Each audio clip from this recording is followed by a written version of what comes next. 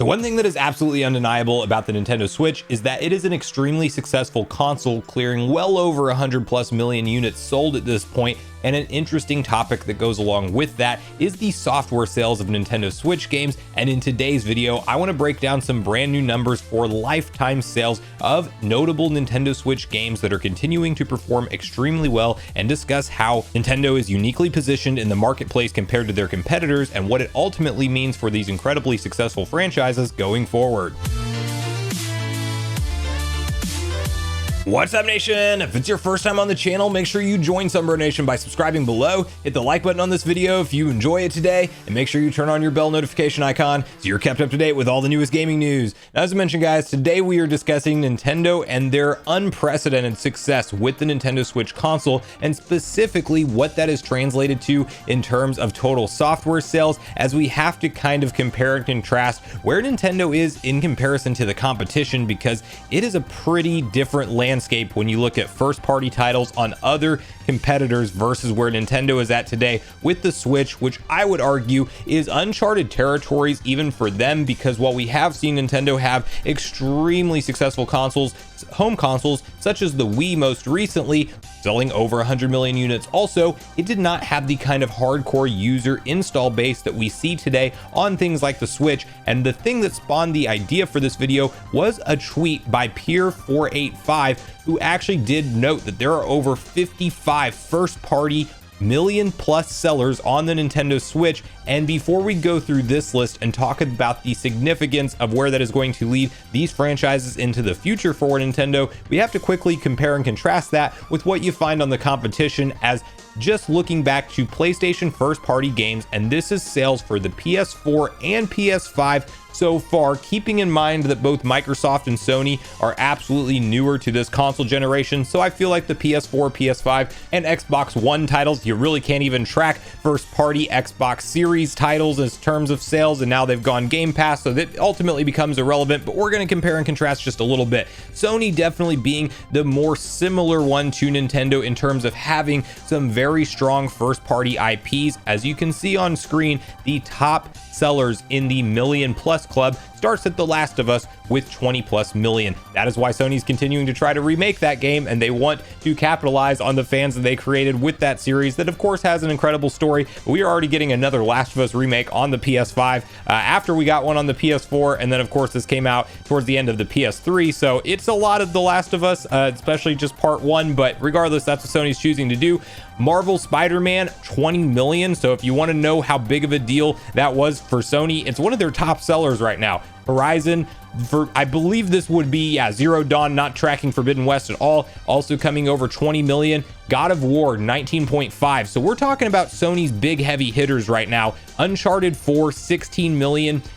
Gran Turismo Sport, 14 million. Ghost of Tsushima, 8 million, a very successful franchise for them. Then you have Spider-Man Miles Morales, 6.5 million. Infamous Second Son at 6 million. MLB The Show, 5.8. Days Gone at 5. Then you have Death Stranding, 3.2, Last of Us Part 2 at 3, and it really does taper off from there. As you can see, Returnal at 0.56 million. We're already out of the million-plus club relatively quickly in Sony's first-party IPs. Now you contrast that with what Microsoft has done, and Halo 5 Guardians, 6.6 million. The Witcher 3 Wild Hunt, which is not even a Microsoft exclusive title, on the list at 4.3. Cuphead, developed by Microsoft, so that's fair enough, 3 million. But you see where this goes very fast. Right past Dead Rising 3 and Forza Motorsport 5 being the other Microsoft titles, 2 million. I mean, we're starting to talk about a steep drop off in terms of their total unit sales. Now, yes, do Microsoft and Sony support more of the third-party games like the Call of Duties of the worlds and things like that? Absolutely they do, and that's definitely their strong point in their wheelhouse, because they don't have the kind of first-party Nintendo titles that you will see on things like Nintendo consoles. Where referencing this tweet, and we have to spend a little bit of time on this list and some of the franchises and the significance of it. So Mario Kart 8 Deluxe, we are tracking 46 plus, almost 47 at this point, million units sold, and if that doesn't cement the future release schedule for Mario Kart games, I don't know what does. This is absolutely Nintendo's biggest smash hit title, arguably of all time, or at least on that list.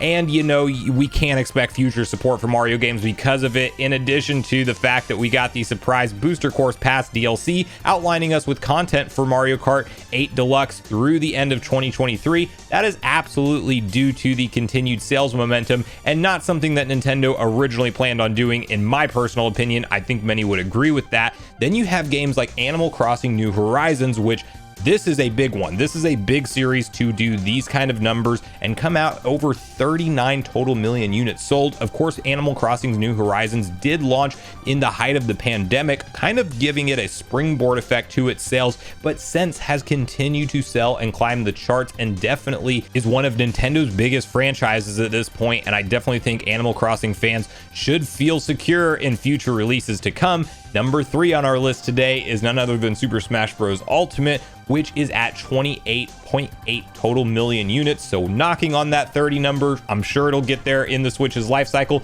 This is one of those games that I would call a must own if you are a Nintendo Switch owner, because why would you skip over the best action platformer fighter, period?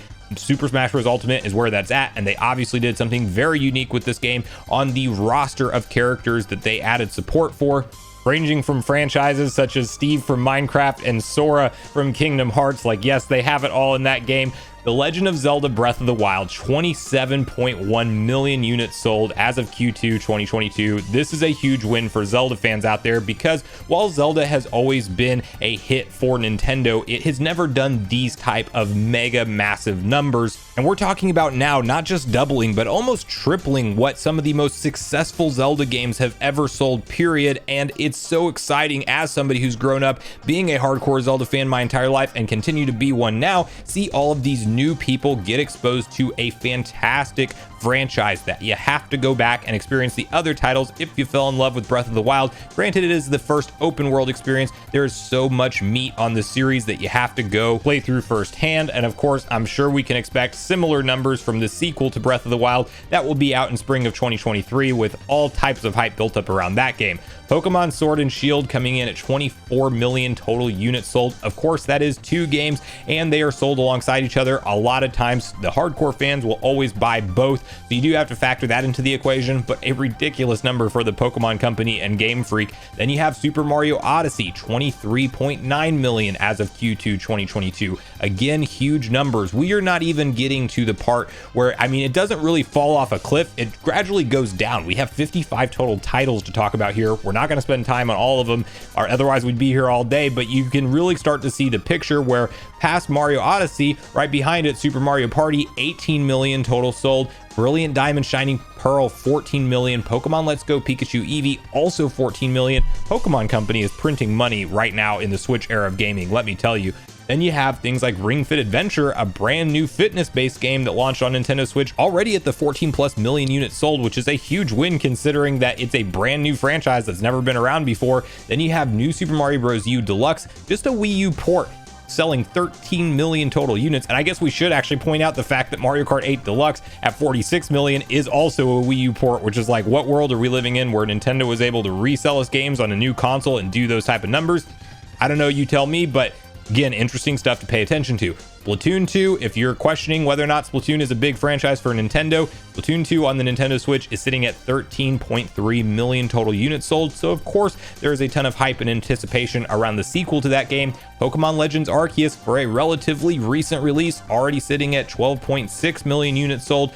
Luigi's Mansion 3, Mario 3D World plus Bowser's Fury, all right around that. Luigi's Mansion 3 actually clearing over the 10 million units. Then falling just beneath that is Mario 3D World plus Bowser's Fury, which is a half Wii U port and also half new experience. And then of course, one game that I would argue is there's still some controversy around being Super Mario 3D All-Stars, only being sold for a limited amount of time, roughly 6 months or so, if I'm not mistaken. And that game in that amount of time cleared, which to be fair is still selling in retail. They printed a ton more copies than this, but it's already crossed 9 million units sold, which is a ridiculous turnaround time when you really think about how fast those units flew off the shelves for a Mario collection of classic 3D games. And past there, you see names on the list like your repeat offenders, like your Mario games. You're always getting those into the multi-million, close to the 10 million club in a lot of cases. Legend of Zelda Link's Awakening, a 2D Zelda game from the early 90s, remade and redone with modern visuals,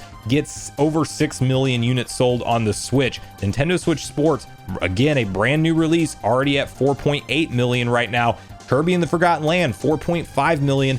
There is literally a thriving marketplace of hardcore gamers that are continuing to choose to buy Nintendo Switch titles as they release, and this is the console generation, in my personal opinion, that if there was ever a time to revive series, to bring back franchises and give them a shot to sell in the modern environment to modern gamers, now is your time with the Nintendo Switch. And it is a very exciting time as a Nintendo fan to watch these kind of numbers transpire, because if you were around in the Wii U era, things were very bleak as a Nintendo fan, and you remembered the talks online about, will this be Nintendo's last console, or maybe they'll try one more time? What if they flop again? Will they be around as a traditional hardware manufacturer going forward, or will we see them ultimately go the route of Sega? To see these kind of numbers and forward momentum around Nintendo, and I think it definitely signals good things for all of the franchises on the list, not to mention the ones that Nintendo can play with and bring back in the future. So I want to hear from you guys at this point in the video, all your personal thoughts and feelings around how Nintendo is performing this console generation.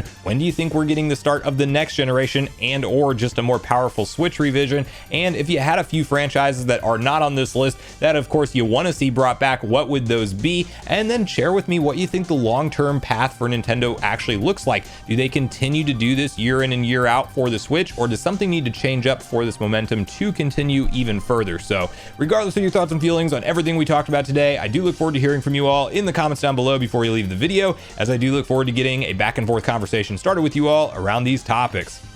Go watch yesterday's video next if you haven't already, where we discuss an update to the Nintendo Switch DRM situation, in addition to Nintendo doing the right thing for their Switch users. Also make sure you like, subscribe, turn on your notification bell, and I will see you guys in the next video.